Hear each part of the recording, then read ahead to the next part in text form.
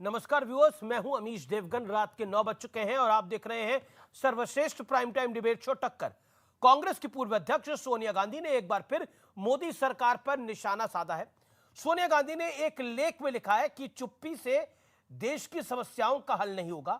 देश की नींव पर नरेंद्र मोदी चोट कर रहे हैं और विपक्ष को बोलने नहीं दिया जाता। तो जवाब में बीजेपी सोनिया गांधी को इमरजेंसी का दौर याद दिला रही है। इस बीच प्रियंका वाड्रा के साथ अपने पूर्व संसदीय क्षेत्र पहुंचे राहुल गांधी ने कहा है कि बीजेपी भले ही मेरी सांसदी छीन ले, लेकिन वो जनता के मुद्दे उठाने में पीछे नहीं रहेंगे, उसका हक नहीं छीना जा सकता। तो आज सीएनबीसी आवाज के टक्कर में इन्हीं तमाम मुद्दों पर होगी विस्तार से चर्चा। लोकतंत्र पर ताना, कांग्रेस है बचाना। आज सीएनबीसी आवाज की टक्कर का ट्यूसडे एडिशन इसी विषय पर व्यूअर्स। ये लोग सिर्फ और सिर्फ अपने कुनबे को फलता फूलता देखना पसंद करते हैं। ये लोग अपने परिवार का स्वार्थ देखते हैं।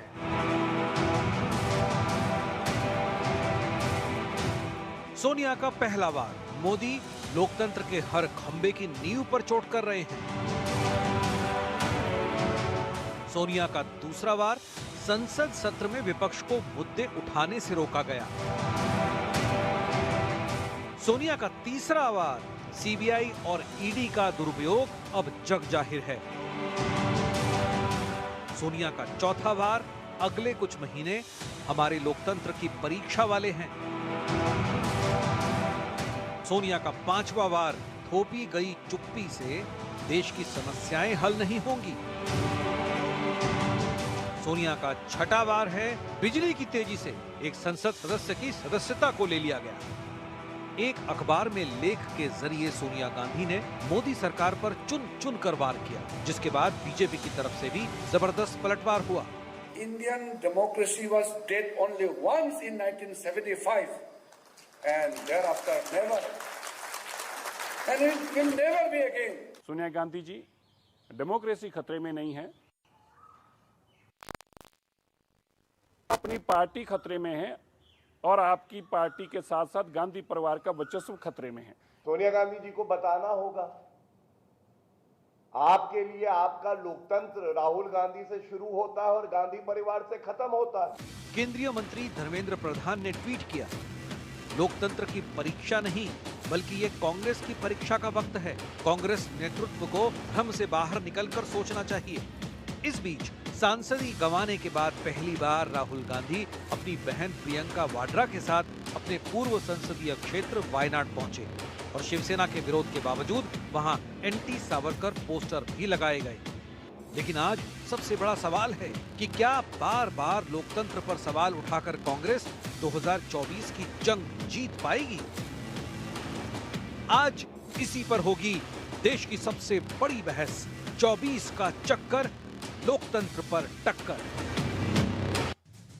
और अब वक्त है सुप्रसिद्ध विश्लेषण का, सोनिया गांधी के शब्द बाण का विश्लेषण। मुद्दा क्या था? अदानी पर वार।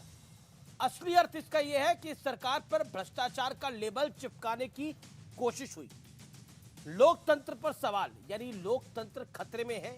ये बीते 9 वर्षों से हम 100 से ज्यादा बार सुन चुके हैं, लेकिन इसमें असली अर्थ यह है कि मोदी सरकार को देश के लिए हानिकारक बताने की कोशिश है और यह बताने का प्रयास किया जा रहा है कि लोकतंत्र जो है वो खतरे में है। सोनिया गांधी ये कह रही हैं। ईडी और सीबीआई का मुद्दा, असली अर्थ इसका यह है कि पूरे विपक्ष को साथ लाने की एक भरपूर कोशिश हो रही है। राहुल की सदस्यता का मुद्दा, इसमें एक पुराना कार्ड है जिस पर काफी खेला जा रहा है आजकल, वो है विक्टिम कार्ड। उस विक्टिम कार्ड के सहारे बहुत कुछ करने का प्रयास है, लेकिन मेरा बड़ा सवाल है, क्या पुराने धुराने घिसे पिटे मुद्दों के सहारे मोदी का मुकाबला कर पाएगी कांग्रेस या फिर समूचा विपक्ष? आज का आर पार इसी विषय पर है और मेरे साथ आज दिग्गज मेहमान जुड़ रहे इस चर्चा में। सुधांशु त्रिवेदी एक तरफ होंगे, भारतीय जनता पार्टी के सांसद और प्रवक्ता, प्रोफेसर संगीत रागी हैं, जाने माने राजनीतिक विश्लेषक। अभय दुबे हैं, प्रवक्ता कांग्रेस पार्टी के। अनुराग भदौरिया है मेरे साथ, प्रवक्ता समाजवादी पार्टी के। माजिद हैदरी हैं। आप तमाम लोगों का अभिनंदन है इस चर्चा में। इस चर्चा की शुरुआत प्रोफेसर संगीत रागी आप ही से करता हूं और 50 सेकंड आपको देता हूं मैं। और उन 50 सेकंड में मैं आपसे जानना चाहता हूं, जो बात सोनिया गांधी कह रही है, वो कहती है लोकतंत्र खतरे में है। वो कहती है कि ईडी और सीबीआई का गैर वाजिब इस्तेमाल हो रहा है। राहुल की सदस्यता को लेकर भी विक्टिम कार्ड खेला जा रहा है। लेकिन बीजेपी दूसरी तरफ कहती है कि लोकतंत्र खतरे में नहीं है, परिवार खतरे में आ गया है। देखिए अमीश जी, भारत का लोकतंत्र बहुत एक जीवंत लोकतंत्र है और एक बहुत मैच्योर लोकतंत्र है। दूसरी बात, देखिए ये सारी चीज़ें जो खेल की जा रही है 2024 के लिए की जा रही है। आपको याद होगा, चूंकि भारतीय जनता पार्टी की सरकार के खिलाफ एक भी करप्शन का केस नहीं मिला, तो और कोई ऐसा बड़ा मुद्दा नहीं मिला है विपक्ष के पास जिसे लगता है कि वो राष्ट्रीय स्तर पर ले जा सकें, एक बड़ा आंदोलन खड़ा कर सकें और बड़ा आंदोलन खड़ा करके भारतीय जनता पार्टी को 2024 में पीट सके राजनीतिक तौर पे। ऐसी कवायद उनको लगता है कि यदि हम भ्रष्टाचार का मुद्दा यदि नरेंद्र मोदी के खिलाफ चिपका देते हैं और बोफोर्स कोई घटना बन करके और वाकई जनता के मन में नरेंद्र मोदी के प्रति जो है वो अविश्वास पैदा हो सकता है। जब तक नरेंद्र मोदी नहीं मारे जाते हैं, राजनीतिक उनकी हत्या नहीं होती है, तब तक विपक्ष अच्छी तरीके से जानता है कि भारतीय जनता पार्टी को पराजित करना असंभव है। और इसी कारण से आपको ध्यान में होगा कि 2019 के चुनाव में चौकीदार चोर का नारा इन लोगों ने लगाया, वो नारा ये बुरी तरीके से पिट गए। अब फिर 2024 से पहले आपको याद होगा कि 2022 के चुनाव में, 10 सेकंड में अपनी बात खत्म कर दूंगा, 2022 के चुनाव में आपने देखा होगा कि जब किसान आंदोलन था तो योगेंद्र यादव और बाकी सारे एक तमाम जो सिविल सोसाइटी, तथाकथित सिविल सोसाइटी ग्रुप जो थे, उन्होंने कांग्रेस को कहा हमने तो आपके लिए जमीन तैयार की थी, अब आप फसल इसकी नहीं काट पाए उत्तर प्रदेश के चुनाव में, तो ये हमारा कुछ नहीं है। मुझे लगता है कि 2024 से पहले ये सारे जो अडानी के मुद्दे उठाए जा रहे हैं वो इसी कारण से उठाए जा रहे हैं। मल्लिकार्जुन खड़गे जी ने अपनी टाइम लिमिट को एक्सीड कर लिया है। जी मुझे आपको रोकना पड़ेगा। जी टाइम लिमिट को फॉलो करिए, तब मुझे टाइम लिमिट को फॉलो करिए, मुझे ऑडियो रोकना पड़ेगा। ओके, अबे दुबे, कांग्रेस पार्टी, मेरा सीधा सवाल यह है कि चलिए लोकतंत्र की दुहाई बीते 9 वर्षों में कई बार दी गई, ये इतना पुराना दुराना मुद्दा हो चुका है कि जनता में भी इससे स्पार्क नहीं आता, क्योंकि लोकतंत्र हर सुबह नीलाम हो जाता है और शाम को फिर प्रहरी बन के खड़ा हो जाता है। लेकिन बड़ा सवाल यह है कि कांग्रेस पार्टी का लेफ्टीकरण हो गया है, यानी कांग्रेस पार्टी अब इस देश की नई लेफ्ट बनती जा रही है। हमने लेफ्ट का हाल देखा, उसका हाल क्या हुआ, वो किस कगार पर आज पहुंच गई है, यही कांग्रेस का हाल हो गया है। जो लेफ्टीकरण हो रहा है उससे सारी प्रॉब्लम क्रिएट हो रही है, अंदर की भी और बाहर की भी। अबे दुबे, 60 सेकंड आपके। अमीश देवगन जी, पहले तो मैं देश के प्रधानमंत्री की दीर्घायु होने की कामना करता हूं। संगीत रागी जी को प्रधानमंत्री जी के लिए जो कुछ कहा है वैसे शब्दों को प्रयुक्त नहीं करना चाहिए। मैं आग्रह करता हूं, हम सबके प्रधानमंत्री हैं वो। आज सोनिया गांधी जी ने बहुत मुखरता से जो सवाल खड़े किए हैं वो देश के 140 करोड़ लोगों के जो परिवार है उसको बचाने का संदर्भ उन्होंने लिया है। उन्होंने कहा प्रधानमंत्री जी अक्सर मौन साध लेते हैं जब देश के महत्व के मुद्दे होते हैं, वे अक्सर मौन साध लेते हैं जब चीन का जिक्र होता है, जब बेरोजगारी और महंगाई का सवाल किया जाता है, जब धन्ना सेठ दोस्तों द्वारा देश को लूट लिया जाता है, जब देश के सद्भाव द्वारा खून का घूंट पिया जाता है, जब देश के सदन को म्यूट किया जाता है, तब अक्सर प्रधानमंत्री जी मौन साध लेते हैं। प्रधानमंत्री जी मुखर हो जाते हैं जब विपक्षी दलों की आलोचना का सवाल आता है, जब पूर्व के देश के नेताओं को कोसने का काम किया जाता है, जब देश को कब्रिस्तान और शमशान का पाठ पढ़ाया जाता है, जब प्रधानमंत्री जी मुखर हो जाते हैं।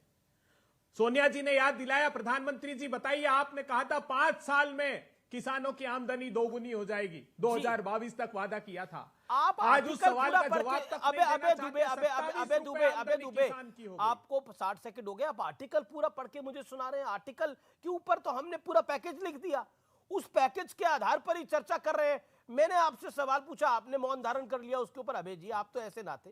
मैंने पूछा कांग्रेस पार्टी का लेफ्टीकरण हो रहा है, कांग्रेस पार्टी लेफ्ट से इतनी प्रभावित हो रही है कि समूचे ढंग से लेफ्ट की तरफ झुकती जा रही है।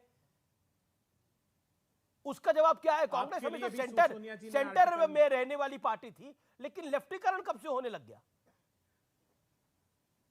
आपके लिए भी सोनिया जी ने सद्भावना प्रकट की है कि आप प्रतिपक्षी दलों को बोलने का उचित अवसर नहीं देते। अमीश जी, मैं प्रार्थना करता हूं, मेरे सोनिया गांधी के विषय पर बहस हो रही है। सवाल सोनिया गांधी ने जो आर्टिकल लिखा आज उसके विषय पर बहस हो रही है, उस पर पूरी कहानी हो रही है, और आप कह रहे प्रतिपक्ष को बोलने का मौका नहीं मिल रहा। अरे आप जो लिख रहे हैं, आप जो लिख रहे हैं वो हम दिखा रहे हैं। यही भारत का महान लोकतंत्र है जी, यही भारत का महान लोकतंत्र है। ये लोकतंत्र नहीं था, ये लोकतंत्र नहीं था। 75 से 77 तक इस देश के अंदर शासन किसका था? याद करिए। हमने तो किससे कहानी सुने हैं, पढ़े हैं और देखा है कैसे आपने पत्रकारों के साथ किया था, लेकिन वो विषय नहीं है मेरा। मैं तो आपसे सिर्फ सरल सवाल पूछ रहा हूं। ये सवाल ये है, कांग्रेस का लेफ्टीकरण क्यों हो गया है? सवाल बड़ा डायरेक्ट है। सोनिया जी ने आपसे भी आग्रह किया है कि अमीश अभय को अपने प्रासंगिक सवाल पूछने के लिए सिर्फ 20 मिनट दे दीजिएगा। मैं सिर्फ 20 सेकंड माफ कीजिएगा। एक सवाल किया सोनिया जी ने कि कैसे 27 रुपए आमदनी की, बिल्कुल किसानों की आमदनी प्रधानमंत्री जी आपने वादा किया था कि 2 गुनी कर देंगे, 22 तक 27 रुपए रह गई। प्रधानमंत्री जी, आपका धन्ना सेठ दोस्त 609 नंबर का धनपति विश्व में था, वो 2 नंबर पर कैसे आ गया? इसका जवाब आप नहीं देते। प्रधानमंत्री जी, आप जवाब नहीं देते जब चीन का जिक्र आता है कि 2000 स्क्वायर किलोमीटर हमारे देश की सीमा के अंदर घुस गया। भूटान में उसने 8-8 गांव बसा लिए और भूटान कह रहा है कि वो हमारी सीमा में नहीं है। तो प्रधानमंत्री जी, वो गांव कहां बसे बताइए? अरुणाचल प्रदेश में आपका एमपी कहता है कि अरुणाचल प्रदेश में गांव चीन ने बसा लिया, आप उसका जवाब नहीं देते। जब सदन में पूछा जाता है कि $100 बिलियन से अधिक का इंपोर्ट चीन से करके एमएसएमई तबाह हो गया, प्रधानमंत्री जी आप उसका जवाब नहीं देते। महंगाई का जवाब नहीं देते, बेरोजगारी का जवाब नहीं देते। आप जो सांप्रदायिक सद्भाव बिगड़ा इस देश का, रामनवमी पर प्रधानमंत्री जी से आग्रह किया, लेकिन आपने सोनिया जी के नाम पर एक सेकंड आप ऑडियो डाउन करिए, ऑडियो डाउन करिए। हसरत आपकी पूरी होती है। अब आपने सोनिया जी के नाम पर बोला मुझे 20 सेकंड देने, मैंने बोला 40 सेकंड ले लीजिए। लेकिन आपने बोला कि आप प्रधानमंत्री मौन हैं, लेकिन कांग्रेस के लेफ्टीकरण पर आप क्यों मौन हैं? आप क्यों मौन हैं कांग्रेस के लेफ्टीकरण पे? आपकी खामोशी बहुत से जवाब दे रही है अभय बाबू, लेकिन वक्त आएगा हम इस पर भी बात करेंगे। सुधांशु जी का वक्त है। नहीं, आपने अपने समय का इस्तेमाल करना चाहिए था आपको। अब आपने जितना आपने सबसे ज्यादा बोला। ना राहुल गांधी जी तो सेंटर फॉरवर्ड लड़ रहे हैं, सेंटर फॉरवर्ड अग्रणी भूमिका के साथ लड़ रहे हैं राहुल गांधी, ना लेफ्ट है ना राइट है। सुधांशु त्रिवेदी, थोड़ी देर पहले प्रियंका गांधी ने बोला है कि मेरा भाई अपना फर्नीचर घर का पैक कर रहा है। मेरा तो परिवार था, उसका तो परिवार भी नहीं है, लेकिन हम सब उसके साथ हैं।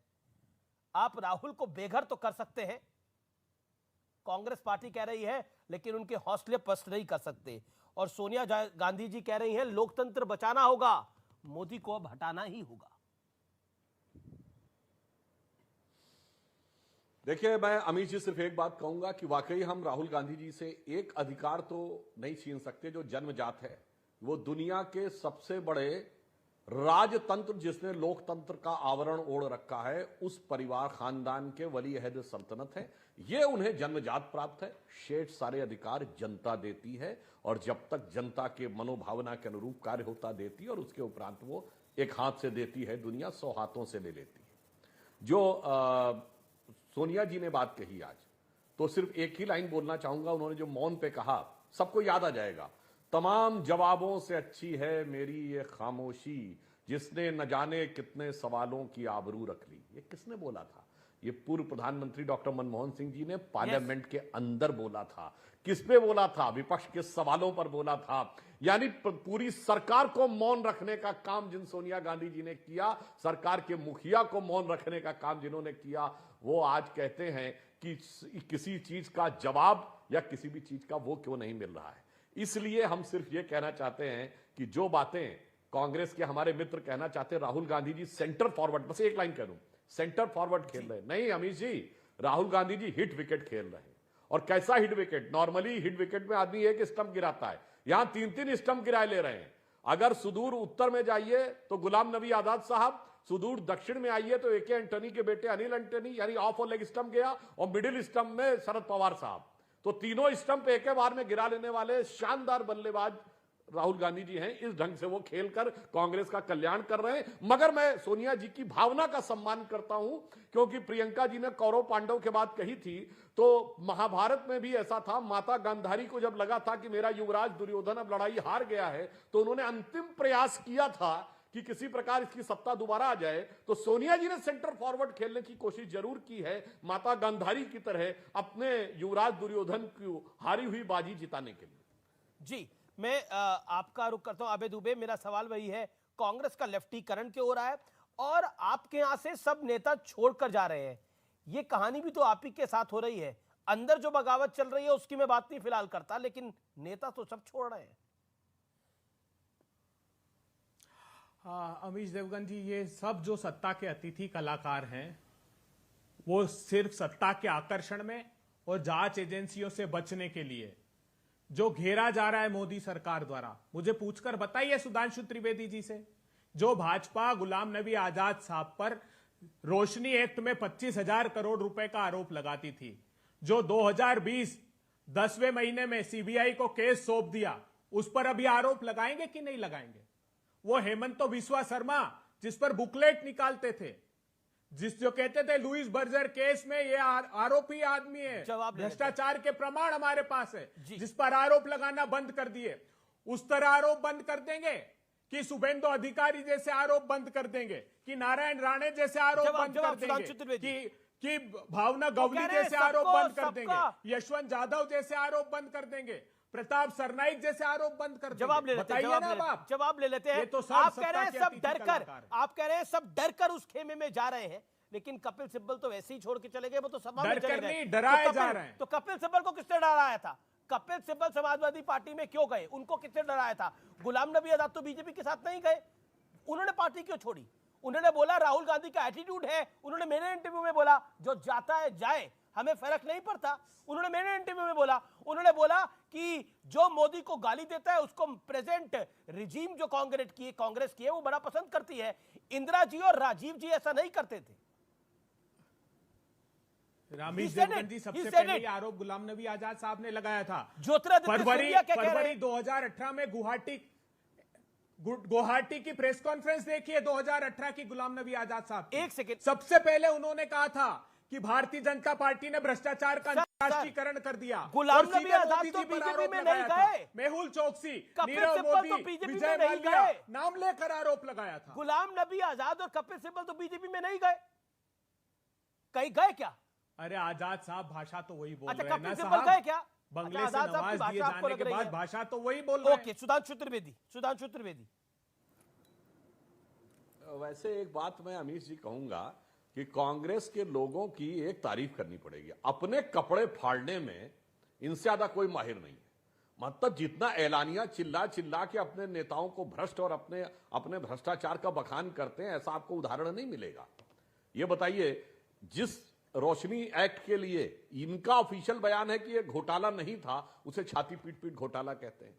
चलिए, हेमंता बिस्वा शर्मा का जिस वाटर घोटाले की बात आती है, इनके ऑफिशियल का बयान है कि आपने प्रेस कॉन्फ्रेंस ली, मगर उसे घोटाला कहने लगते हैं। मतलब साहब, अपने कपड़े फाड़ने में और अपने सर पे खुद जूता मारने में क्या गजब महारत हासिल किया है कांग्रेस ने, ये देखते ही बनता है। मतलब अद्भुत अनुभव होता है आपको देखकर कि आप अपनी पार्टी के नेताओं को चिल्ला चिल्ला कर बेईमान कहना और डरा हुआ कहना, ऐसा उदाहरण देखने को नहीं मिलेगा जो इन्होंने करके दिखाया है। हाँ, एक बात अब मैं इनको बताना चाहता हूं, दो जूते इन्होंने कहा, सुनिए आप उदाहरण सर, एक लाइन कर दूं सर, पूरी उसके आधा बोलिएगा। गुलाम नबी आजाद साहब कश्मीर के नेता हैं और मुझे नहीं लगता पिछले कुछ दशकों में कांग्रेस में गुलाम नबी आजाद साहब से बड़े स्टेचर का कोई कश्मीर में नेता हुआ। अब दूर दक्षिण में आ जाइए, केरल में ए.के. एंटोनी साहब से बड़ा कोई नेता नहीं हुआ पिछले कुछ दशकों में। उनके पुत्र अनिल एंटोनी भाजपा में आ गए और इनके बकौल माना जाए तो गुलाम नबी आजाद साहब भाजपा के पक्ष की बात बोल रहे हैं। कभी आपको नहीं लगता कि ये दोनों इतने सीनियर नेता और दोनों अल्पसंख्यक समुदाय से हैं? आपने क्या दोनों की नसीहत को नजरअंदाज नहीं किया? आप दोनों का एक एक कोट बोलता हूं। गुलाम नबी आजाद साहब से ने ये स्टेटमेंट दिया था कांग्रेस में रहते हुए कि मुझे अब चुनाव प्रचार में नहीं बुलाया जाता, क्योंकि लोगों को लगता है कि मेरे बुलाने से वोट कम हो जाएंगे। तब जब उनसे पूछा गया था कांग्रेस से रोजा अफ्तार करना क्यों बंद कर दिया 2014 के बाद। और ए.के. एंटोनी साहब की 2014 में रिपोर्ट जो आपके हार के कारणों की समीक्षा में थी, जिसमें था कि कांग्रेस पार्टी एक समुदाय विशेष की पार्टी नजर आने लगी, यानी मुस्लिम समुदाय की पार्टी नजर आने लगी। मान्यवर, यदि इन दो बुजुर्ग नेताओं की बात पे गौर कर लिया होता तो अनिल एंटोनी से लेके ज्योतिरादित्य सिंधिया जैसे युवा नेताओं को खोने की स्थिति ना आती। जी ठीक है, 15 सेकंड, देन अनुराग भदौरिया। अमेश जी, विडंबना देखिए, भारतीय जनता पार्टी जिन नेताओं के पीछे जूता लेकर दौड़ती थी, दल में शामिल करके जूते की माला खुद पहन लेती है और महिमा मंडन करती है। अरे आरोप तो आपने लगाए थे प्रेस कॉन्फ्रेंस ले लेके। ए.के. एंटनी साहब का बयान सुना, उन्होंने दुख व्यक्त किया अपने पुत्र के जाने पर। उनके पुत्र का कोई कंट्रीब्यूशन नहीं था, हाँ ए.के. एंटनी साहब का था। मुझे आज भी दुख है, जिनको 30 साल हमने राज्यसभा में रखा, 1977 का चुनाव हारने के बावजूद गुलाम नबी आजाद साहब को हमने मुख्यमंत्री बनाया, हमने केंद्रीय मंत्री बनाया, 30 साल राज्यसभा में रखा। नहीं जीत सकते थे तो महाराष्ट्र से लोकसभा चुनाव लड़ाकर जीताया। क्या बात करते हैं, हमें दुख होता है इस बात का। क्या वो दबाव में है, ये बात उनको आकर देश के सामने बतानी चाहिए। विडंबना देखिए, अरे लाल कृष्ण आडवाणी जी की चिट्ठी भूल गए 2013 में लिखी हुई कि ये पार्टी नानाजी देशमुख की, अटल बिहारी वाजपेयी की, बलराज मधोक की पार्टी नहीं रही। कुछ लोग अपना निजी हित साधने के लिए आ गए। मुरली मनोहर जोशी जी को नहीं सुना, उन्होंने कहा उसको क्या नंबर दूं विद्यार्थी को जिसने कॉपी खाली छोड़ दी। ये दोनों ने मोदी जी के लिए बयान व्यक्त किए, उस पर भी जरा प्रकाश डाल दीजिए। अपने दामन की सियाही तो मिटा लो पहले, मुझ पे इल्जाम लगाने वालों। ठीक है, ओके, सुधांशु जवाब। मान्यवर, बाकायदा बिंदुवार उत्तर दे देता हूं, इतना आवेश में आने की जरूरत नहीं है। बलराज मधोक जी 1973 में जनसंघ छोड़ गए थे। नानाजी देशमुख ने 1978 में राजनीति से संन्यास ले लिया था। लाल कृष्ण आडवाणी जी ने जब मोदी जी प्रधानमंत्री के कैंडिडेट बने तो बाकायदा आशीर्वाद दिया था। मुरली मनोहर जोशी जी बाकायदा उस प्रेस कॉन्फ्रेंस में शामिल थे 13 सितंबर 2013, जब मोदी जी का अनाउंसमेंट तत्कालीन राष्ट्रीय अध्यक्ष राजनाथ जी कर रहे थे। और अभी, अरे भाई, अभी मुरली मनोहर जोशी जी एक हफ्ते पहले भाजपा कार्यालय में साथ में थे। मतलब कोई बयान दिखाइए ना, कि कुछ बोलने लगते हैं अपने मन से। हम तो नहीं कहते कि हमारा कोई बुजुर्ग नेता भटक गया, ये हो गया, वो हो गया। ये तो अनुराग भदौरिया, लोकतंत्र खतरे में है कि नहीं है, लेकिन यूपी में अपराधी बड़े खतरे में आ गए हैं। अनुराग भदौरिया, लेकिन भारतीय जनता, आपने देखा भारतीय, आपने सवाल बिल्कुल सही पूछा। जैसा मैं आपसे हमेशा से कहता हूं, वही पुरानी धुरानी भारतीय जनता पार्टी के प्रवक्ताओं की बातें। 1973, 1978, वो एंटनी जी, वो गुलाम नबी आजाद जी, वो कांग्रेस का इतिहास सुना रहे हैं। अरे जनता कांग्रेस का इतिहास सुनने को नहीं बैठी है प्रभु। जनता सुनने को बैठी है कि आप जनता के लिए क्या करोगे। आपने पता है बीजेपी क्या करती है?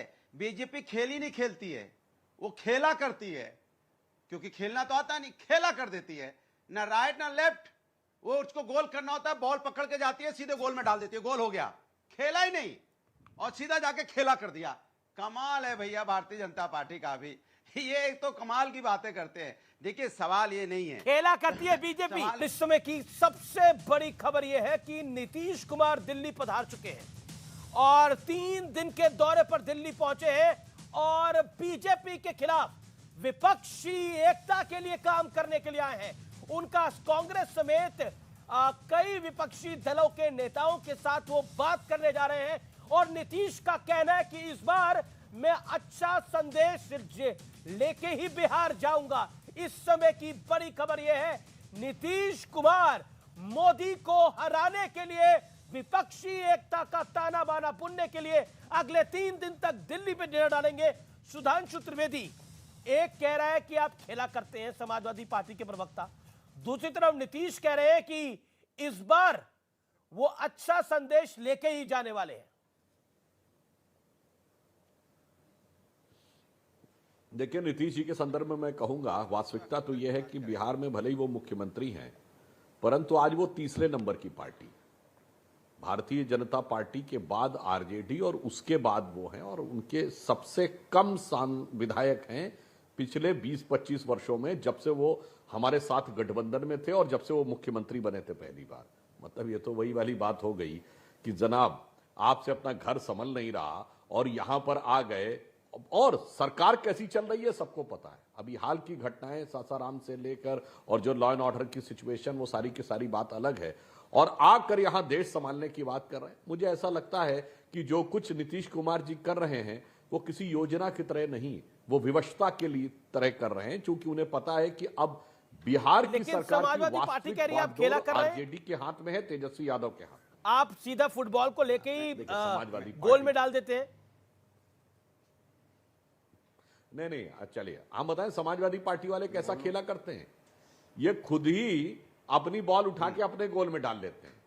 इनका बड़का बड़का खिलाड़ी है इनके यहाँ। अच्छा। शफीकुर रहमान बर्क हैं, केटी हसन हैं, अच्छा। और कौन सा? अभी जिसको लेकर सबसे ज्यादा चर्चा है अतीक अहमद, वो भी इन्हीं का नेता हुआ करता था एक जमाने में। अच्छा। तो इनका खेला तो बहुत बेहतरीन था। इनके खेला के दौरान में उत्तर प्रदेश की जनता ने बहुत कुछ झेला, और जो झेला उसी के कारण आज यह परिस्थितियों में बदलाव ये आया है कि अब योगी जी के नेतृत्व में भारतीय जनता पार्टी का नया स्वरूप दिखाई पड़ा।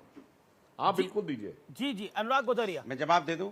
आप खेला कर रहे हैं, खेला कर रहे हैं, कमाल कांग्रेस की के बात है। नेता अभी छोड़ के जा रहे हैं, आप खेला कर रहे हैं। आप तो एक और खेला कर रहे हैं, आपने स्वामी प्रसाद मौर्य को दोबारा लगा दिया है आपने। आप तो प्रभु राम को बड़ी खबर आ रही है, 3 दिन के दौरे पर नीतीश है, मल्लिकार्जुन खड़गे से मुलाकात करेंगे। लेकिन मैं आपको बता दूं, सचिन पायलट से भी दूसरी तरफ आला कमान नाराज है, ये भी सूत्रों के हवाले से बड़ी ब्रेकिंग स्टोरी आ रही है। लेकिन आपने तो हवा में श्री राम को उड़ाने की बात कर रही है। सोचिए, विधि का विधान ऐसा रहा, विधि का विधान ऐसा रहा, आप रामलला को हवा में उड़ा रहे थे और आपकी सरकारें उड़ गई और रामलला अयोध्या में विराजमान हो गए। और फिर आपने लगा दिया है, दिया है अपने नेता को, अपने महासचिव को, सर्वोच्च नेता को, कि बोलो कि मिलेंगे मुलायम काशी राम और हवा में उड़ेंगे जय श्री राम। ये अभी रिसेंटली बोला उन्होंने। अब मैं आपको बता दूं, देखो सुनिए, देखिए भारतीय जनता पार्टी कितनी परेशान है, बेचैन है, हताश है। विपक्ष की एकता को देख के पता नहीं क्या क्या बोलने लगती है, उसे ध्यान नहीं रहता क्या बोल रही है। कह रहे हैं कि आप देखिए इनका वहां पे अतीक का क्या हो रहा है। मैं पूछना चाहता हूं, 2005 यहाँ पे 2005 में राजू पाल की हत्या हुई थी, उस समय उसके बाद उसका जो गवाह था, उसके बाद समाजवादी पार्टी की सरकार आई, कोई उसको छू नहीं पाया, और आपकी सरकार में दिन दहाड़े उड़ा दिया गया। और यही समाजवादी पार्टी है जिसने राजू पाल की वाइफ को, श्रीमती पूजा पाल को विधायक बनाया, उसको सम्मान दिलाया समाज में। आपने क्या किया? आप उसको एक गवाह को नहीं बचा पाए, क्योंकि आपके पास बचाने को है नहीं। आपके यहां तो हालत है, दिन दहाड़े मंत्री के बेटे को रौंदने पर आरोप लग जाता है, रौंद दिया जाता है चाचा लोगों को, तब तो आपकी आवाज नहीं निकलती। मंत्री का बेटा है, कहीं आपने बोला इसके बारे में आज मेरे तक? सवाल क्या का आपने जवाब। बोला दिन दहाड़े चौराहे पे यहाँ पे क्यों लखनऊ के अंदर में हत्या हो गई? आपने बोला दिन दहाड़े माँ बेटी क्यों जलेगी कानपुर के अंदर में? कभी आप नहीं बोल पाते। दिन जलना, जिंदा जलना मतलब समझते हो? जिंदा जलना, उसको आप छुपाने की कोशिश करते हो। कमाल की बात करते हैं। अच्छा, प्रभु राम को क्यों हवा में उड़ा रहे हैं? हमने सजा दिला दी। एक सेकंड, अनुराग को ऑडियो डाउन करिए। देखिए, ये डिस्कशन मैं कई बार कर चुका हूं। कानपुर देहात में जो इंसिडेंट हुआ उसके ऊपर कार्रवाई भी हो रही है। लेकिन अब आप मुझे बताइए, आप प्रभु राम को हवा में क्यों उड़ा रहे हैं? क्यों उड़ा रहे हैं प्रभु राम को हवा में? हमने सजा, एक 5 सेकंड, फिर कहते हैं हमने सजा दिला दी। शायद ये भूल गए हैं, 2017 में सुप्रीम कोर्ट का ऑर्डर हुआ कि एमपी एमएलए कोर्ट एक्टिव हो, बना, एमपी एमएलए कोर्ट बना, इसलिए उसमें सजाएं फास्ट हो रही हैं, और आप कहते हो मैंने सजा दिला दी। तो क्या नहीं, आप क्या संविधान और न्यायपालिका से बड़े हो गए कि हर बात की सजा दिला देते हो आप? अरे कम से कम हम देश के संविधान और न्यायपालिका को मानने वाले लोग हैं, और जो न्यायपालिका का काम है न्याय देना, किसी को सजा देना या न्याय मेरे देना। सवाल का जवाब नहीं दे रहे आप। लूटने लग जाते हो कि मैंने। अच्छा, ये स्वामी प्रसाद मौर्य को क्यों लगा रखा है आपने? देखिए, हम सभी जाति धर्म को मानने वाले लोग हैं। तो प्रभु राम को क्यों हवा में उड़ा रहे हैं? को मानने वाले लोग हैं। प्रभु राम को हवा में क्यों उड़ा रहे हैं? करती है ये राजनीति, भारतीय जनता पार्टी का काम ये है। आपका नेता कह रहा है, बीजेपी नेता नहीं कह रहा। कमाल की बात है। हम मुद्दों की बात खेला आप कर रहे हैं। हम बात करते हैं मुद्दों पे, महंगाई, ये कौन सा मुद्दा है प्रभु राम को हवा में उड़ाना? एक एक सेकंड रुकिए, किसान बेचारा ऑडियो डाउन परेशान है, करिए, क्योंकि ऑडियो। देखिए, एक तो ये रेटोरिक से काम नहीं चलता, ये तो रट के आना। हम किसान की बात करना चाहते हैं, हम गुरबे की बात करना चाहते हैं, हम लोकतंत्र की बात करना चाहते हैं। मैं सीधा सवाल पूछ रहा हूं, मैंने कांग्रेस से सवाल पूछा, आपका लेफ्टीकरण हो गया है। ये प्रभु राम को एकता, आप अपनी विपक्षी एकता करिए, लेकिन प्रभु राम को उड़ाकर विपक्ष की एकता होगी। विपक्षी एकता प्रभु राम को उड़ा के होगी। 2024 से पहले ये क्या, इसका क्या मतलब है? क्या मतलब है इसका? इसका जवाब नहीं दे रहे सुधांशु त्रिवेदी। ये विधि का विधान है। पर देखिए, मैं कहना चाहूंगा कि पहली बात, एक सीरियस नोट पे, ये स्वामी प्रसाद मौर्य जैसे नेता हैं, अखिलेश जी को बहुत सावधान रहना चाहिए। इनकी घड़ी सुई अटक गई है 1990 के दौर में, जिस जमाने में मुलायम और काशीराम जी मिले थे। बिल्कुल सही बात है। अरे उसके बाद तो कातिलाना हमला हुआ था मायावती जी के ऊपर, स्टेट गेस्ट हाउस कांड, और उस समय जान बचाने का काम हमारे नेता स्वर्गीय ब्रह्मदत्त द्विवेदी जी ने किया था उस जमाने में। इनकी सुई अटकी पड़ी है 1990 के दशक में। अरे दुनिया बहुत बदल गई, जात बिरादरी के मुद्दे खत्म हो गए। अब तो देखिए कौन सी जाति ऐसी बची जिसने दूसरी जात से हाथ ना मिलाया हो उत्तर प्रदेश और बिहार में सत्ता के लिए। एक दौर में उत्तर प्रदेश में दलित ब्राह्मण अलायंस रह चुका, that to under the leadership of Dalit. ये पता नहीं स्वामी प्रसाद मौर्य कहां पटके हुए। इसलिए अखिलेश जी को समझना चाहिए। और दूसरा लाइटर नोट कहूंगा, इन्होंने कहा मिले मुलायम काशीराम, हवा में उड़ गए जय श्री राम। मैं कहना चाहूंगा, स्वर्ग से कहत हैं मुलायम काशीराम, मत कर भैया ऐसे काम, नहीं तो बचेगा निशानो नाम। तो नामो निशान भी नहीं बचेगा। अभी तो सरकार गई है जिस ढंग से काम कर रहे हैं। इसलिए स्वामी ना, ये स्वामी है ना, इनके पास प्रसाद है, ये आपको सिर्फ अवसाद देने वाले हैं। समझ लेना चाहिए समाजवादी पार्टी को। करारा जवाब देता हूं। आपके एक मंत्री निषाद जी, क्या कहते हैं वो, प्रभुराम दशरथ के बेटे ही नहीं थे? क्या किया आपने उनके ऊपर में? कोई कार्रवाई की? एक नेता हमारे यहां से गए हैं, इंपोर्ट किया है आपने, क्या बोला था उन्होंने पार्लियामेंट के अंदर में प्रभुराम के बारे में? मैं बोल भी नहीं सकता हूं। क्या कार्रवाई की आपने? ये करारा जवाब है आपके लिए, क्योंकि आप 1990 में जीना चाहते हो, 1970 में जीना चाहते हो, 1947 में जीना चाहते हो, लेकिन 2022-23 में नहीं आना चाहते हो। ये आपके लिए शर्म की बात होनी चाहिए। सवाल 23 का है। मैं बार बार कह रहा हूं, हमने बार बार कह रहे हैं, हम 2022-23 की बात कीजिए तो आप 70 में चले जाओगे। ठीक है। और आप अपने निषाद मंत्री पे कार्रवाई नहीं कर पाओगे। अनुराग गुजरिया, प्रभुराम दशरथ के बेटे ही नहीं थे, अनुराग बैठा हुआ है। ओके, मैं आपको वक्त दूंगा अपनी बात को रखने आप सुनिए। ठीक है सुधांशु, 30 सेकंड, देन माजिद है वेटिंग फ्रॉम लॉन्ग। हाँ, ये इतना हाथ वाथ घुमाने से सुनाइए भदौरिया जी नहीं होता है। ये 93 का नारा आपके नेता ने बोला, भाई हमने बोला क्या? 30 साल पुराना नारा आपका नेता बोलेगा, और सवाल हमसे कहेंगे पीछे चले जाते हो। भाई 2023 में क्यों नहीं रह रहे हो, 93 में क्यों चले गए? और एक और बात, क्या तरीका है? ये क्या तरीका है? अनुराग बीच में आपके सुधांशु नहीं बोले ना, सुधांशु आपके बीच में नहीं बोले, जवाब तो दे रहा हूं। बोलिए आप, 30 सेकंड। सुनिए, आप जो नहीं बोल रहे, संजय निषाद जी ने उस बारे में अपना स्पष्टीकरण एक नहीं अनेक बार दिया है, और प्रभुराम के प्रति अपनी आस्था भी व्यक्त की है। और दूसरा मैं बताना चाहता हूं, ये दूसरे जिस नेता का नाम दे रहे थे ना, यही ध्यान रखना चाहिए अमीश जी, जब इनकी पार्टी में थे तो भगवान राम के बारे में, माता सीता के बारे में ऐसा बोलने की हिम्मत थी। जब से हमारी पार्टी में आए हो, सुनिए भदौरिया जी, ना सिर्फ उसको विड्रॉ किया, माफी मांगी, चैलेंज से कहता हूं किसी ने बोला हो, ये स्वामी प्रसाद मौर्य इतना दहाड़ और चिंगाड़ रहे हैं, हमारी पार्टी बोलने कभी हिम्मत की? जैसे ही नेता सपा में जाता है, या अंट शंट हिंदू धर्म ग्रंथों के बारे में क्यों बोलने लगता है? इसके लिए रहीम का दोहा है कि कदली सीप भुजंग मुख, स्वाति एक गुण तीन, जैसी संगति बैठी है वैसे ही गुण दीन। अंग्रेजी में कहा गया, man is known by the company he keep. ये बताइए भदौरिया जी, ये आपकी पार्टी में आते ही सब आप तालियां बजा रहे हैं अनुराग गुजरिया? ये ताली क्यों बजाई आपने? ये तालियां क्यों बजाई? साफ हो गया। ये ताली क्यों बजाई आपने अनुराग? इसलिए बताई कि इनको बधाई दे रहा हूं। ये कह रहे हैं कि हमारे यहां आके उन्होंने नहीं बोला, मतलब जो गलत प्रभुराम के बारे में बोलेगा उसको आप ले लोगे अपनी पार्टी में। ये है आपकी नियत, ये आपकी है। देखिए अभी लोकतंत्र, अच्छा चलिए, आपके अंदर बहुत सम्मान है, आपने क्या कार्रवाई की? साफ हो गया। अच्छा ठीक है, आप सीधे लकीर के, अनुराग को ऑडियो डाउन करिए थोड़ी देर के लिए, डाउन कर, अनुराग को स्क्रीन पे दिखाइए। और माजिद हैदरी, मैं आपके पास आ रहा हूं, अबे दुबे जी आपके पास भी आ रहा हूं।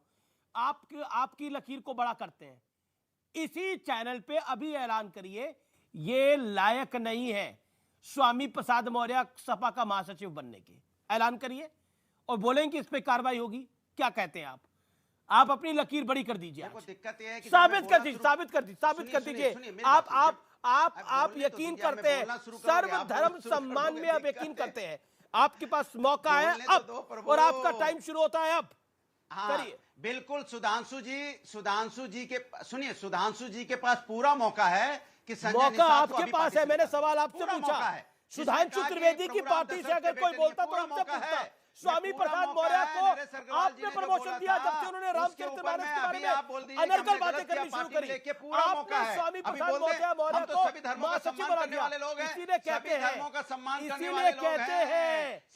करना कुछ दिखाना कुछ, करना कुछ, करना कुछ, करना कुछ और दिखाना कुछ। कर रहे हैं प्रमोशन, दिखा रहे हैं। हम तो सर्वधर्म सम्मान करते हैं, हम तो प्रभु राम का पूरा सम्मान कर रहे हैं, लेकिन प्रमोशन रामचरितमानस को फाड़ने वाले को समाजवादी पार्टी अगर देगी तो सवाल पूछना पड़ेगा। लोकतंत्र के नाम पर भी ये सब कुछ हो रहा है। और माजिद हैदरी, लोकतंत्र के नाम पर और कितना कुछ होगा? मोदी को गाली, रामचरितमानस की प्रतियां फाड़ना, उसके बाद इससे ज्यादा क्या लोकतंत्र चाहिए?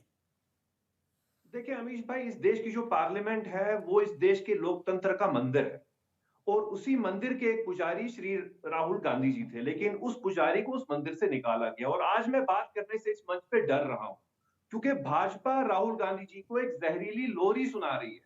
कह रही है कुछ ना कहो, कुछ भी ना कहो, क्या कहना है, क्या सुनना है, देश का लोकतंत्र थमसा गया है। अरे राहुल गांधी जी सिर्फ इतना याद दिला रहे हैं कि कांग्रेस की सरकार में 10 वर्ष पहले 300 रुपए का गैस का सिलेंडर था, आज 1200 का मिलता है। 30 रुपए की तब दाल की किलो थी, आज 300 की भी नहीं मिलती। उस जमाने में कांग्रेस हमारे देश के राज्यों के नाम नहीं बदलता, चाइना नाम नहीं बदल रहा, आज चाइना हमारे राज्यों के नाम बदल रहा है। अरुणाचल में नाम बदल रहा है, कल को यूपी में गोरखपुर का नाम भी चाइना बदल देगा। ये इस देश की स्थिति हो गई है। राहुल गांधी जी जो बात कर रहे हैं वो इसलिए बात कर रहे हैं कि उनके पिता ने, उनकी दादी ने इस देश के लिए जान दी। Sushant Trivedi ji, professor Ragi, okay, let professor Ragi reply, professor Ragi reply and Abhay Dubey, Abhay Dubey, okay, Abhay Dubey and professor Ragi, okay, अब ओके, नहीं सुधांशु जी आप जवाब दीजिए। सुधांशु जवाब देंगे। पार्टी का किस नेता ने देश के लिए जान दी? अबे दुबे, ओके, अबे ओके, ओके, प्रोफेसर रागी 40 सेकंड, शार्प 40 सेकंड, देन अबे दुबे जी। अमीश जी, चाइना चाहे भारत के गोरखपुर का नाम रख दे, उससे कोई फर्क नहीं पड़ने वाला है। अमित शाह जी ने बता दिया है जाकर के, और देश ने बता दिया है कि अरुणाचल प्रदेश भारत का अभिन्न हिस्सा है। और पहली बार इतिहास में विदेश से भी लोगों ने, अमेरिका ने भी आकर के खुला कहा, ऐसा फॉरेन पॉलिसी का हमने कभी भी परिष्कृत फॉरेन पॉलिसी नहीं देखी थी जो अमेरिका। मेरा सवाल है, सर, चाइना को क्या अधिकार है वो गोरखपुर का नाम बदल दे? क्या बात कर रहे हैं आप? गोरखपुर का नाम चाइना बदलेगा और आप यहाँ हंसेंगे? आप यहाँ जोक के लिए आए, कॉमेडी नाइट में आए आप इस मंच पे?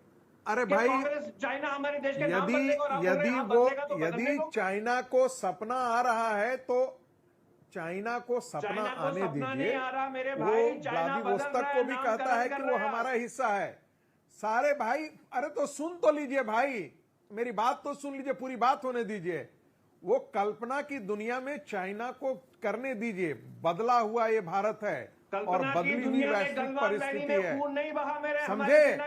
वो आज के दिन में रसिया के अंदर भी व्लादिवोस्तोक वगैरह का भी चाइनीज नामकरण करता है, उसे कोई फर्क नहीं पड़ता है। पुतिन और पुतिन, अरे भाई सुनिए तो सही, अरे आप तो ऐसे नहीं थे, आप तो अनुराग भदौरिया नहीं है। अच्छा नहीं, देखिए, अरे भाई आप तो अनुराग भदौरिया नहीं है। अबे दुबे ऑन स्क्रीन, अबे दुबे। किरण रिजिजू ने बोला कि भारत के लोकतंत्र की हत्या सिर्फ एक बार हुई है, वो हुई है 1975 में। और बीजेपी कह रही है कि आप कांग्रेस लोकतंत्र की बात करती है। कांग्रेस तो अपना घर नहीं संभाल पा रही, छत्तीसगढ़ से लेकर राजस्थान तक। ये वही किरण रिजिजू साहब हैं, देश के कानून मंत्री, जो देश के पूर्व न्यायाधीशों को एंटी इंडिया बता रहे हैं। अगर वो प्रजातंत्र का पाठ पढ़ाते हैं तो वो भारत विरोधी हो गए क्या?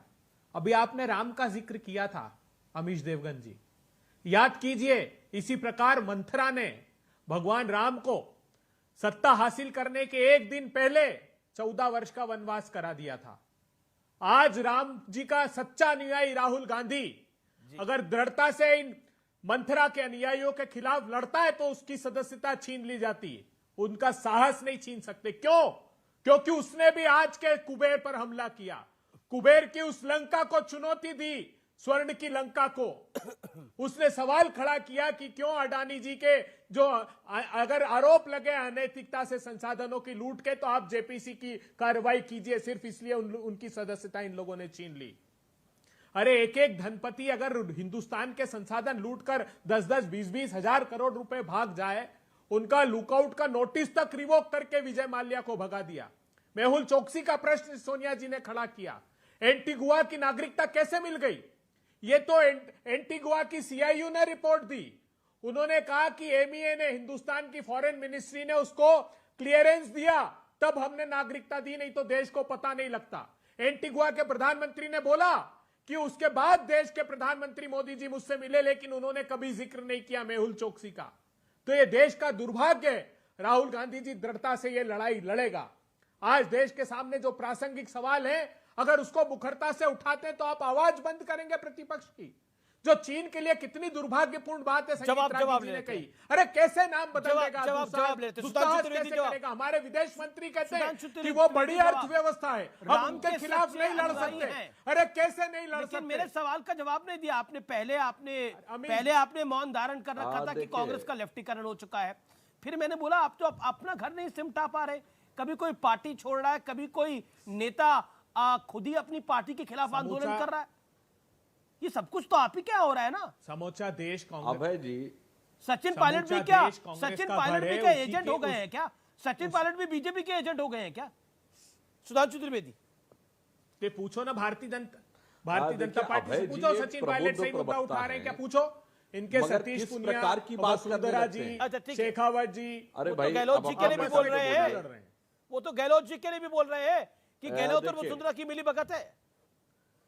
ओके सुधांशु देखिए, पूछिए ना बीजेपी से, जवाब तो अभय जी प्रबुद्ध प्रवक्ता हैं, परंतु क्या कहें कि राहुल गांधी का ऐसा प्रभाव इनके ऊपर आ जाता है। मतलब कोई देश किसी दूसरे देश को नागरिकता देता है तो उससे परमिशन लेता है क्या पहले वाले देश से? मतलब कह रहे हैं एंटीगुआ ने उनको नागरिकता दी तो भारत सरकार से परमिशन ली। तो ये बताइए, जब सोनिया गांधी ने भारत से नागरिकता ली थी तो इटली ने परमिशन दिया था क्या? कुछ बोलने लगे साहब, एनओसी दी इंडिया से। हास्यास्पद। क्या बात बताइए, इटली ने परमिशन ली थी क्या? एक सांसद होकर, बोलिए, एक सांसद होकर जब अरे मैं आपसे पूछ रहा हूं ना, क्या इटली से परमिशन ली थी? बोलिए, उनकी बोलिए, इटली से परमिशन ली थी क्या सोनिया जी ने? का बयान है एंटीगुआ की, उन्होंने अपने वेब पोर्टल पर डालकर रखा है कि एमईए ने कहा। अरे भाई मैं तो आपसे पूछ रहा हूँ ना, मैं तो आपसे पूछ रहा हूँ। अरे आप बताइए ना, सोनिया जी ने नागरिकता ली थी तो सिटीजनशिप के लिए इटली की सरकार से परमिशन मांगी थी क्या? अब देखिए आप डिस्टर्ब करने लगे। अच्छा एक एक करके एक ही अनकंफर्टेबल फैक्ट आया, जरा सा पकड़ लिया जाता है तो एकदम से देखिए इतना तेज हो हल्ला मचाना शुरू कर देते हैं। मैंने सिर्फ एक फैक्ट कहा था, अगर ये सच है तो वो भी सच है, वो नहीं सच है तो वो भी नहीं सच है। अच्छा एक सुधांशु त्रिवेदी, सचिन पायलट पे अभय दुबे ने एक सवाल पूछा आपसे, सचिन पायलट पर अभय दुबे ने एक सवाल पूछा, जवाब दीजिए। कहना चाहता हूं कांग्रेस के बारे में। हाँ मैं जवाब देता हूं। देखिए राजस्थान में कांग्रेस के साथ जैसा विचित्र हुआ है भारत की राजनीति में कभी नहीं हुआ। ये जिस व्यक्ति को अपना राष्ट्रीय अध्यक्ष बनाना चाहते थे अशोक गहलोत जी, वो बागी हो गया, ऐसा आपने कभी नहीं सुना होगा। और राजस्थान में तो कांग्रेस साथ क्या अद्भुत हुआ, स्पीकर सीपी जोशी बागी खेमे में माने जाते हैं, इनके प्रदेश अध्यक्ष डोटासरा जी बागी खेमे में माने जाते हैं, इनके ऑब्जर्वर गए अजय माकन जी, बेचारे कहते हैं कि कोई मिलने नहीं आया, मैं वापस आ गया। मतलब अद्भुत है भाई। और इनकी ऐसी सरकार है, अशोक गहलोत जी की सरकार ने वो देशद्रोह का कानून जिसके लिए कांग्रेस ने 2019 में कहा था कि इसको हम समाप्त कर देंगे, वो उसने लगाया अपराधी और आतंकवादियों के विरुद्ध नहीं, और वो सरपंच से जुदा करने वालों के विरुद्ध नहीं, उन्होंने अपनी सरकार के जो पायलट गुट के विधायक और सांसद पर गैस का सिलेंडर एक एक करके आप ऑडियो डाउन दोनों मेहमानों को ऑडियो डाउन। वक्त एक ब्रेक का हो चला है, आप देख रहे हैं टक्कर का मंगलवार एडिशन। ब्रेक के उस पार बड़ी खबर और इस चर्चा को आगे बढ़ाएंगे। वेलकम बैक व्यूअर्स, आप देख रहे हैं सीएनबीसी आवाज पे टक्कर का ट्यूसडे एडिशन। अबे दुबे आपने बोला बीजेपी में भी देखिए कितने गुट हैं, राज्यवर्धन राठौड़ का गुट है, वसुंधरा राजे का गुट है, राजस्थान में और सारे गुट हैं, गजेंद्र सिंह शेखावत का गुट है, कई सारे गुट आपने बोले। ठीक है गुट होंगे, लेकिन वो गुटबाजी सड़क पर आंदोलन के रूप में तो नहीं देखने को मिल रही ना, सड़क पे आंदोलन के रूप में तो नहीं देखने को मिली ना। एक तरफ आप ही की पार्टी कह रही है कि ये गलत कर रहे हैं सचिन पायलट, आप ही की पार्टी कह रही है, आप ही के मुख्यमंत्री कह चुके थे कि वो निकम्मे हैं, नकारा है सचिन पायलट, उन्होंने बाइट में बोला था। ये सामान्य बातें नहीं है। और क्या आपको लगता है ये भी बीजेपी करा रही है? किसकी गोदी में बैठे हुए हैं ये लोग?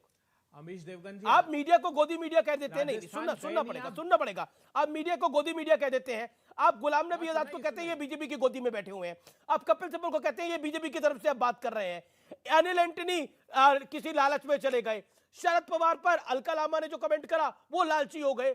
लेकिन अब जो आपकी पार्टी में नेता है ये कौन है? अमीश देवगन जी, जाइए राजस्थान और देखिए, पूरे जग को आप गाली दे रहे हैं, पूरे जग को आप कह रहे हैं कि आप देखो, आप घर घर में राइट टू हेल्थ का आंदोलन है। बता दीजिए भारतीय जनता पार्टी सरकार का एक प्रांत जहां पर इतना बड़ा आंदोलन, मेरे सवाल का जवाब लोग प्रसन्नता व्यक्त कर रहे हैं गहलोत जी के लिए। 500 रुपए का गैस का सिलेंडर अच्छा काम करा, राइट टू हेल्थ एक अच्छा काम है, उसको कोई डिनाई नहीं करता। 500 रुपए कर दिया। तो सचिन पायलट क्यों बैठे हैं अनशन पे? अगर इतना बढ़िया काम कर रहे हैं अशोक गहलोत तो। अमीश देवगन जी बताइए कोई भारतीय जनता पार्टी शासित प्रांत हो अरे जहाँ पर इतनी योजना, दुर्घटना बीमा 10 एक लाख सेकंड ऑडियो डाउन करिए इनका मुफ्त। ओके देखिए आपको अपने सरकार की बुकलेट पढ़नी है, आप पढ़ सकते हैं, आपने पढ़ दी, सवाल का जवाब तो दीजिए। पहला सवाल जिस पर आपने पास करा वो था कि कांग्रेस का लेफ्टीकरण हो चुका है। दूसरा, आप इस पर लगातार मौन है। 3 सवाल मैंने आपसे पूछे, एक का भी जवाब नहीं। तो ये कोई तरीका नहीं है। आप बोलिए, मैं इसका जवाब नहीं देना चाहता। मैं बोल रहा हूं आप शरद पवार को बोलते हैं वो लालची है, आप ही की नेत्री ने बोला ना। आपने गुलाम नबी आजाद के लिए बोला कि ये बीजेपी की गोदी में जाके बैठ गए हैं। अनिल एंटनी डर गए, किरण रेड्डी जो सीएम कितनी वक्त के विधायक वो डर गए, सब डर गए। अब आपके नेता जो खुद ही आंदोलन कर रहे हैं अपनी सरकार के खिलाफ, वो किसकी गोदी में बैठे हैं बताइए जी। मीडिया गलत हो गया, अदालतें गलत हो गई, सच्चे सुच्चे सिर्फ आप रह गए आप लोग इस दुनिया के अंदर, इस देश के अंदर। There has to be a reason, a logical reason. I am giving you time to establish your facts. Answer on this sir, don't run away. Sharad नहीं, मैं भागने वाला सवाल हमने भारतीय जनता पार्टी से भी पूछे, मैं बताना चाहता हूं। शरद पवार जी ने, सुनिए, शरद पवार जी ने सवाल हमने भारतीय जनता पार्टी से भी पूछे। उमा भारती ने बीजेपी छोड़ी थी, मैंने प्रोग्राम करे थे, एक नहीं 100 प्रोग्राम करे होंगे। प्रमोद महाजन से उनका झगड़ा हुआ था, मैंने 100 प्रोग्राम करे होंगे। आज तक कभी किसी ने नहीं बोला।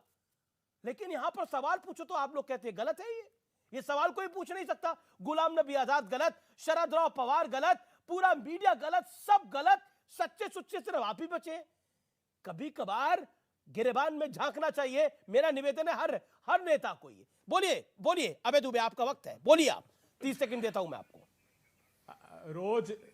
रोज लेते हो प्रतिपक्ष की सवालों से तलाशी, कभी सत्ता के गिरेबा में झांका नहीं जाता और कहते हो गिरेबा में झांकते। अब एक मौका मिलेगा। अभी ये 40% की कर्नाटक की जो सरकार है कमीशन की, वो हारेगी जब सवाल का पूछने का मौका मिलेगा, पूछेगा और वहां से पराभव प्रारंभ होगा। भारतीय जनता बात को रखने का मैंने आपको भरपूर मौका दिया बात को रखने का, लेकिन अब वक्त है आज की एक और बड़ी और बेहद महत्वपूर्ण खबर की।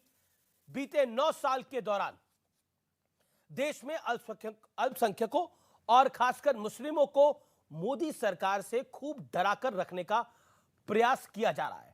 प्रोपेगेंडा फैलाया जा रहा है, झूठ फैलाया जा रहा है कि मोदी राज में मुसलमान खतरे में है, देश में डर का माहौल है।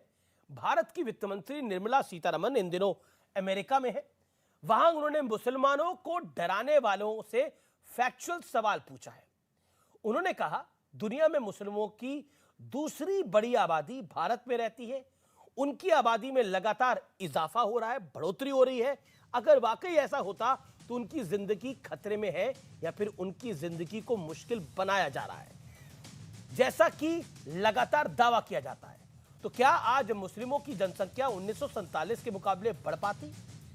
आज यह भी समझने का हम प्रयास करते हैं कि भारत की सरकार धर्म और जाति के आधार पर योजनाओं का फायदा लोगों तक नहीं पहुंचाती। उदाहरण के तौर पर आयुष्मान योजना, शौचालयों का निर्माण, जनधन योजना और ऐसी ही ना जाने कितनी योजनाएं हैं जिनका फायदा बिना किसी भेदभाव के, बिना किसी द्वेष के सभी को मिलता है। इसके अलावा मोदी सरकार उड़ान योजना चलाती है, जिसके तहत मुस्लिम छात्र छात्राओं को प्रतियोगिता परीक्षा की फ्री कोचिंग कराती है। शादी शगुन योजना से ग्रेजुएशन करने वाली मुस्लिम लड़कियों की शादी के लिए 51,000 रुपए की राशि दी जाती है। उस्ताद योजना के तहत मुस्लिम कारीगरों को एडवांस ट्रेनिंग दी जाती है। वहीं ईदी योजना के जरिए 5 करोड़ मुस्लिम छात्र छात्राओं को छात्रवृत्ति दी जा रही है। यह लिस्ट काफी लंबी है, लेकिन प्रोपेगेंडा ब्रिगेड सालों से झूठ बोल बोलकर लोगों को बरगलाने की कोशिश और प्रयास कर रही है। सवाल यह है कि उनका झूठ आखिर चलेगा कितने और दिन, क्योंकि पब्लिक है, सब जानती है। फिलहाल सीएनबीसी आवाज के टक्कर के इस एडिशन में इतना ही, लेकिन आज का कंक्लूजन यही है कि कांग्रेस पार्टी सिर्फ घर में नहीं गिरी है, बाहर भी गिरी है। और घर में तो उसके अपने नेता अपने मुख्यमंत्री के खिलाफ धरने पे बैठ सकते हैं। तो सोच के देखिए ताना बाना कहां जाके जुड़ता है। फिलहाल सीएनबीसी आवाज की टक्कर को यही समाप्त करते हैं। शुभ रात्रि, गुड नाइट, नमस्कार।